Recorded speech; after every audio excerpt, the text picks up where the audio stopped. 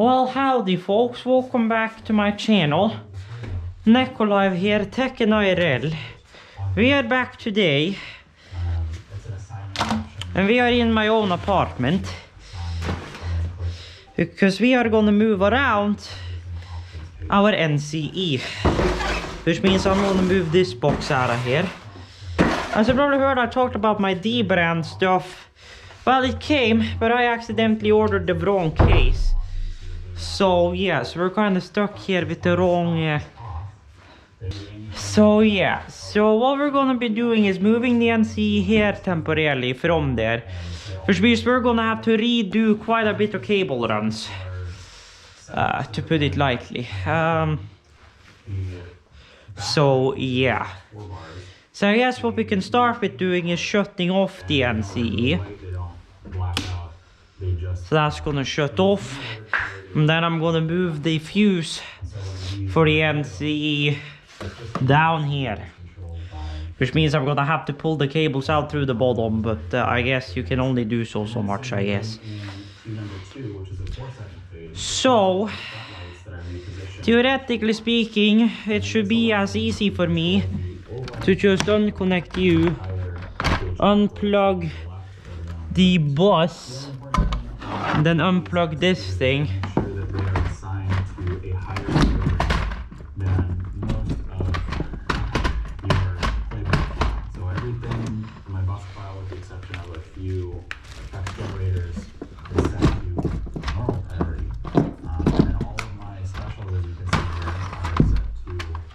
There.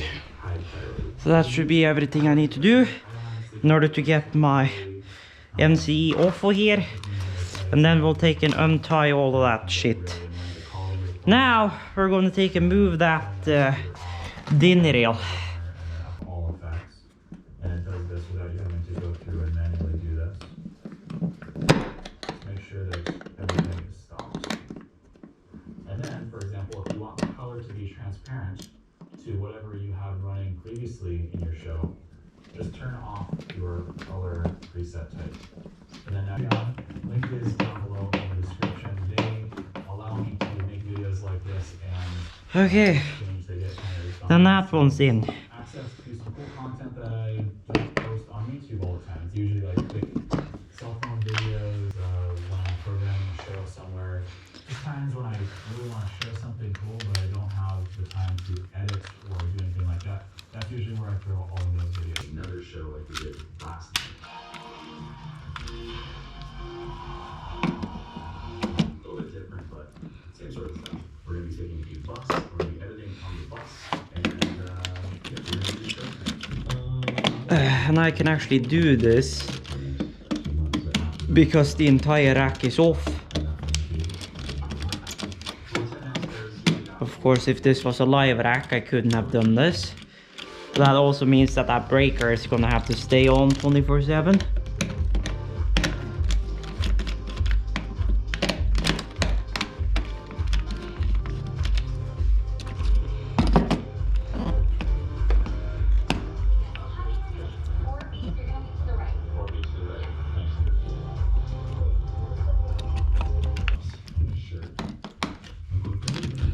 I'm gonna get a rack for this eventually, I promise. There. Then we got...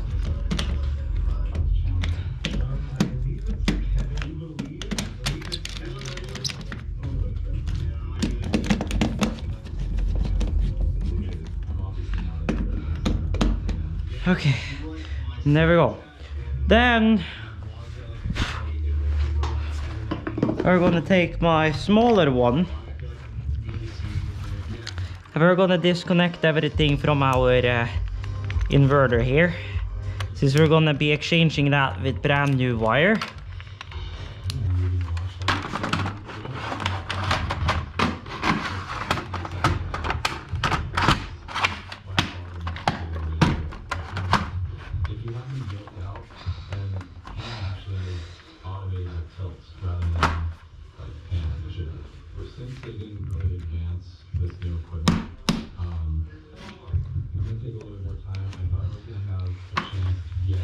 Yeah.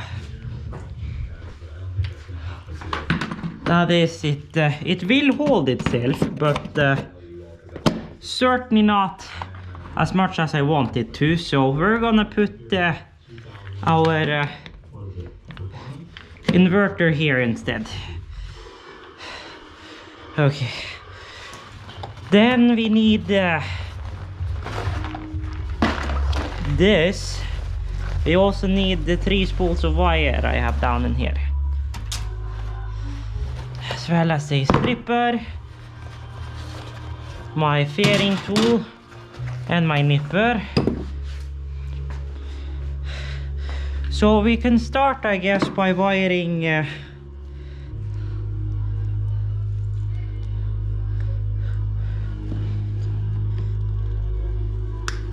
some neutral, I guess.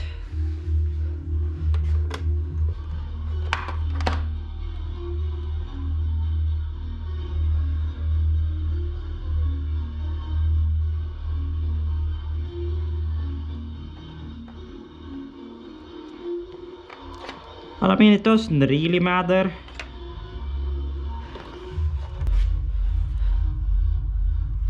As well, they are the same anyway.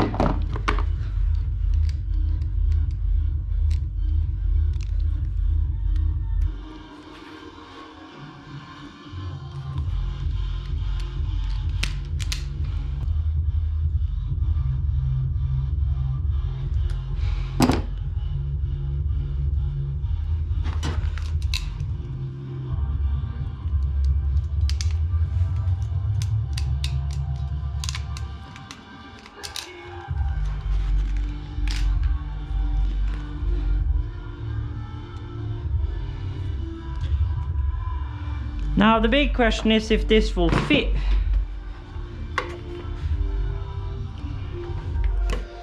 Yeah, it'll fit. No problem. Okay, so that's the power to this one fixed. Now we need to run cables up to you, and that's where the red cable comes in. Now these are smaller, so theoretically speaking we can probably use blacks for this one.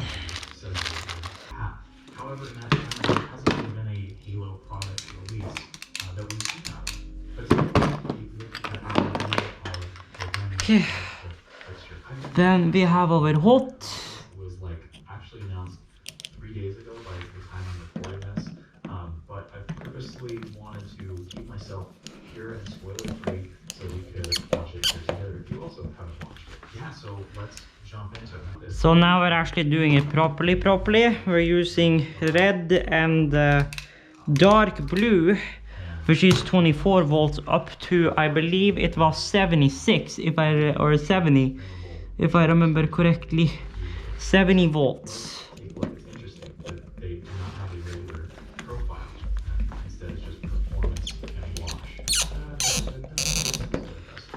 So about there, we're gonna snip her.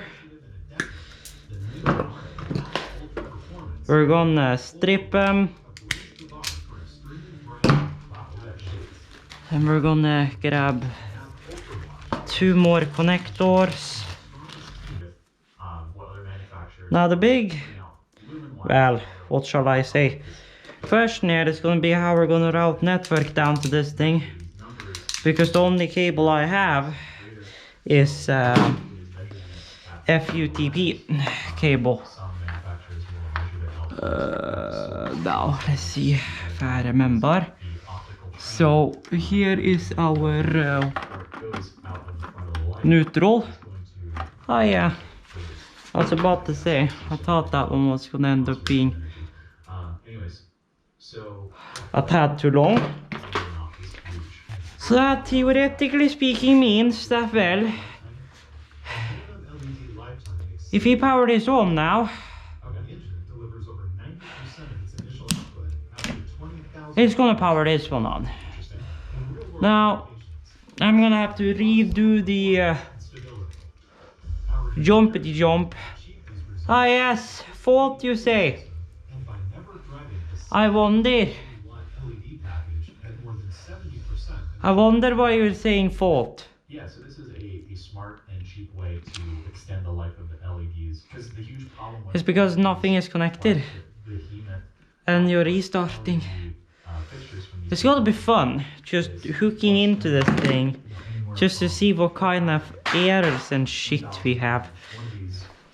And for doing that, I'm gonna borrow this Ethernet cable, and we're just gonna hook right into it. That's where a big issue is coming with these LED technologies right now. So they're kind of like derating the engine so that it has a more long life output, where the graph of time versus its actual output is smoothed out a little bit more. This combination ensures visual excellence and peace of mind throughout the life of the product. Oh there, now it's starting to boot up.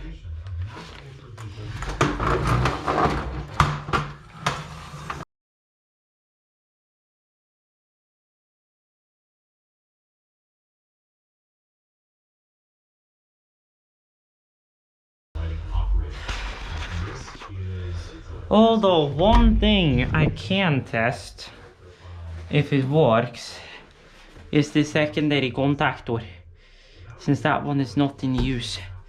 Or no, I can't. But those are 5 volts, not 24 volt. I'll burn those out. To make sure that everything happened that I put down on paper. And this part of the page is going to be interesting. I gotta pause the video right here just to take a moment to bask in the glory that is this freeze frame. You can see here we've got these truss structures that are using straps, ratchet straps, to secure them to their vertical. And of course, we all know that these corner blocks properly torqued. That is that out of there. So now the question is, do I just run bare wire? Or what do I do? I could do this very neatly by using fairings and stuff if I just do 1, 2, 3, 4 in one vago into another vago and then 4 more into another vago and then into that one.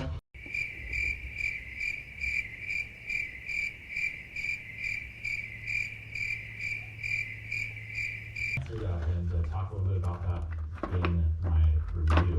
I'm not exactly sure what the new philosophy is on the dual nested encoders, but I believe, and I guess we'll find out when I go through more of the training, you're able to set up your programmer encoders to be a little more personalized for how you want them to work. So I believe part of the theory is you could have like pan on one inside encoder and tilt on the outside, or have like force pan and then like ultra fine pan on the outside. I believe that's the purpose on it, but I'll get back to you on that. We're moving a little bit further down here again because we do not have those 2 screens that we see on the MA3 full size and MA3. Now, let's I am a creature of tradition and habit, so I'm used to having all of my playback functions on the lowest of the desk. It feels like almost a danger to have any sort of executor keys up by my programmer buttons. I know that if I'm playing back a show, everything over here is basically free game. There's not much that I can really screw up, but I feel like if I have to rest my hand over top of my keypad, it seems like it's a possibility for something to go wrong. I understand that this is probably one of the only layouts that really works with the new key arrangement for everything else. I'm worried that it might take a little too much getting used to, and I'm worried that because of this arrangement, I'm going to be less likely to use these executors. So I'm probably going to extend over here most of the time and either forgetting about these or being too worried to really even use them fully. I'm excited to build my muscle memory up on this a little bit more. There's every time I've used mode 2 on like the MA3 full size or MA3 Lite. But now I'm booting it for that one connected, so by any luck. But now that I've had a little bit more time with the layout, and now that I will have a little bit more time with the layout, I'm starting to definitely see some advantages over the It will just there are a couple of figure out its own shit. the help key. It's kind of buried in if someone is needing to use the help key. I think it'd be a little more obvious, like maybe put it by groups or somewhere in this like massive void that is conveniently filled by the after lighting magnet. I do like the new arrangement of the pause, go minus, and go plus buttons, but this is my biggest point of contention that I've had with MA3 so far is the 2 MA buttons and the fact that I have to use a 2-button press to get to temp or to get to top or fix. There are secondary functions for some of these keys that you can only access by holding down MA with one finger. I'm assuming they're kind of guessing that you're going to use your thumb for this and then like orbit around here, which remains. No, it's still booting. Okay. But I just know that One more piece. I must be able to do one more piece. You know, my stomach is just on a heckle and a half, and I know my stomach is gonna be a pain after it starts going through, but I need to eat something. Most commonly used functions for me at least. I will say though, it's going to be interesting to. I've only eaten like 2 buns throughout this entire day. 16 text keys and what you can. And the last time I ate before that was like One kind of interesting thing that a dream waffle on jordbärpriken yesterday. I like 8. predefined secondary function from holding down and I'm hoping that maybe those will be open for assignment. And that was like the only thing I ate. And as a shift key or a control key basically. And before we finish out with our top layout here, there is one change to the keypad that I'm excited about. And that is the addition of the asterisk as a dedicated hard key. I know this is like a weird thing to be happy about, but in my programming writing macros, I'm often using the wildcard symbol, which is the asterisk.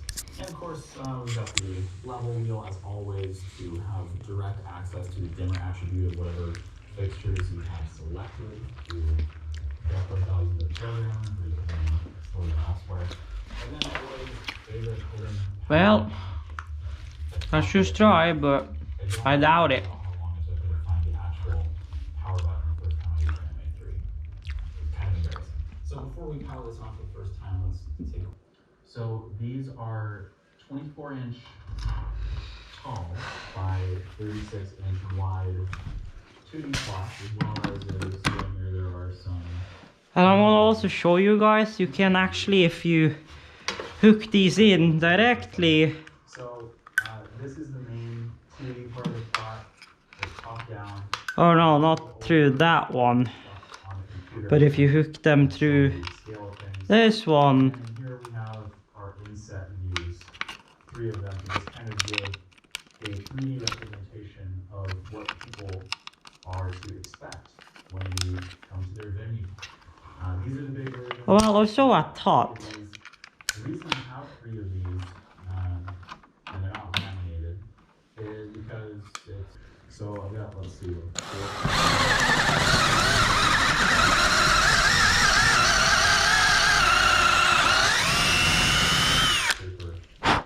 That is, if for whatever reason you have multiple pages front and back, and then if your ground package has more than like front and back. Now I just need a way of More than just like one page front and back. finding that on the other side. Because I'm pretty certain that did not make a hole right through. Because the hole would be there. Right.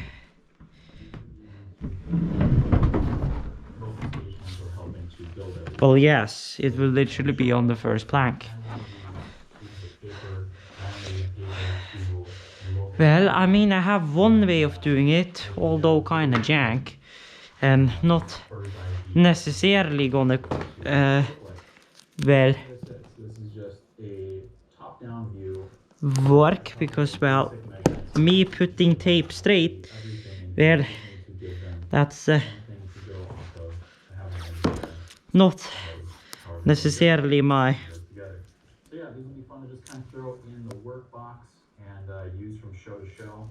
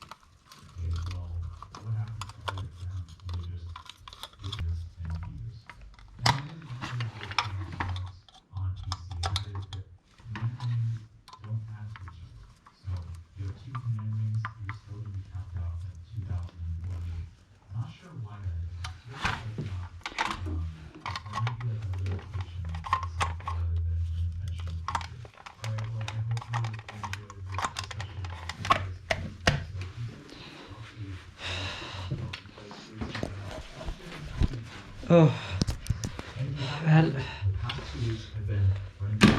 so by any luck, once I plug in this shite, this shit should just work. And well, it looks like it is.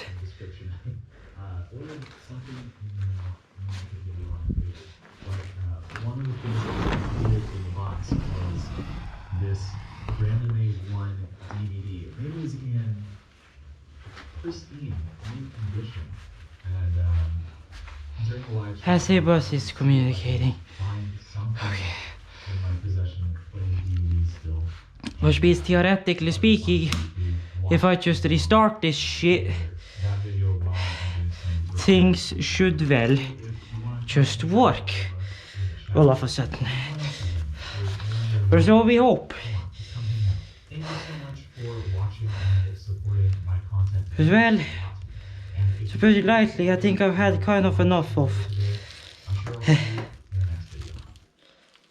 as a bus and as PLS and NCE and shit today. Hey?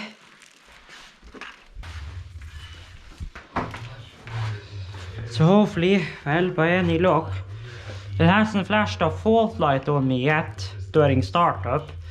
So that's a well good start. The only thing that is currently not going over to this thing is, well, the main network's Ethernet.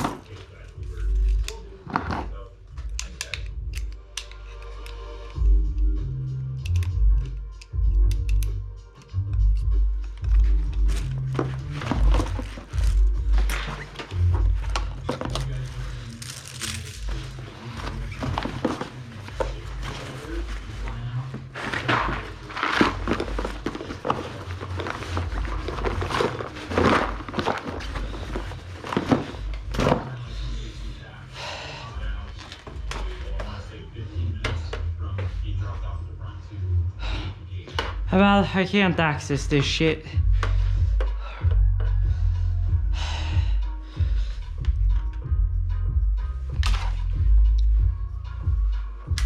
I can try one more time. Head downstairs and head over to the venue. So do it.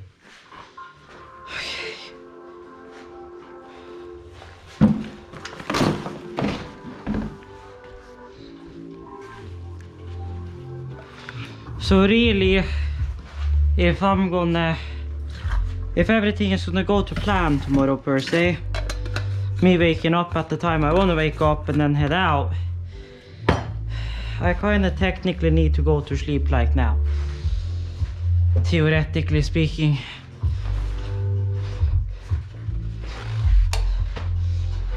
And I don't know what it is, but I have not been waking up to my alarm these last couple of mornings. This being on would certainly be a result of it if it automatically connected to it.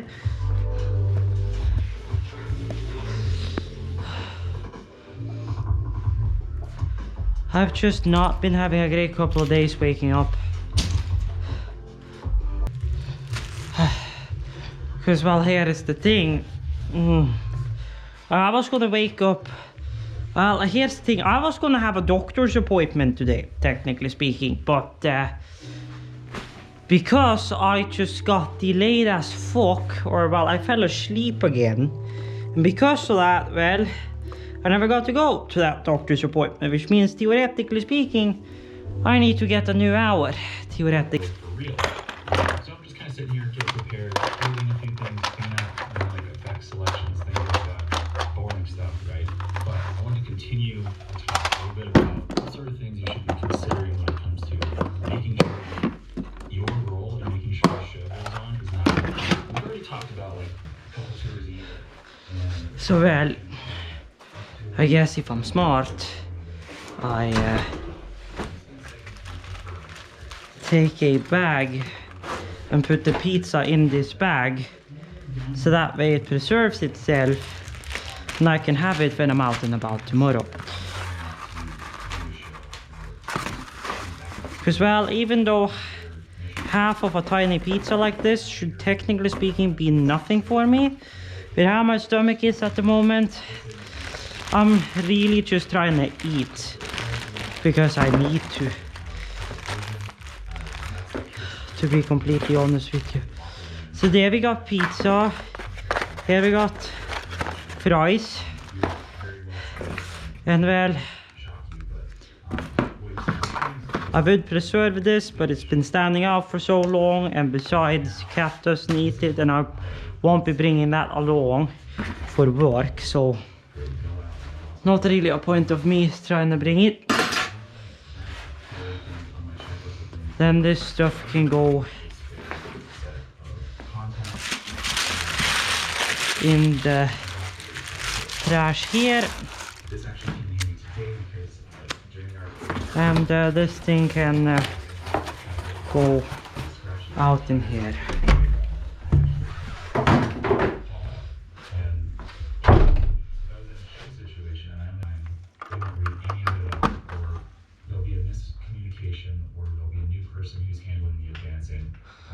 Well, we have SA bus somewhere. Wait. Hold up, we got SA bus. Now it's just the question if that SA bus is actually going along. We do not have an SA bus here. Do we have an SA bus here? No, we do not. Do we have an SA bus in here? Yes. That one has an SA bus. Which means the connection... Wait. Yes. Which means the connection from here to there is fine, but the cable that goes from there and up to... No? No way. Look at that. Whoa, shit works. Okay.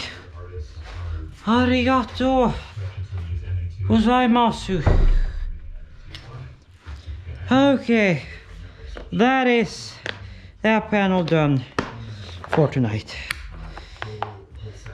Okay, so this is pretty much gonna be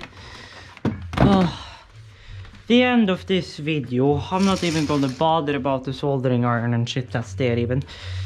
And actually, I'm gonna leave this open a little bit so there actually comes light in here once it becomes bright outside again. Because that should definitely help me waken the fuck up. Theoretically speaking, I should shower. So if I'm smart, I shower and then just go the fuck to bed. If I'm smart. And there's my water bottle, which I'm gonna refill and have some water. So yeah, so I want to say thank you guys for watching and sitting through this video. To be honest, I have no idea when this video will be out because of how long this video is by this point. But I hope you guys enjoyed. If you guys did, life would be greatly appreciated. And as always, check out links down below for future videos, blah blah blah, etc. And until further notice, stay tuned and stay awesome. And Echo Live out.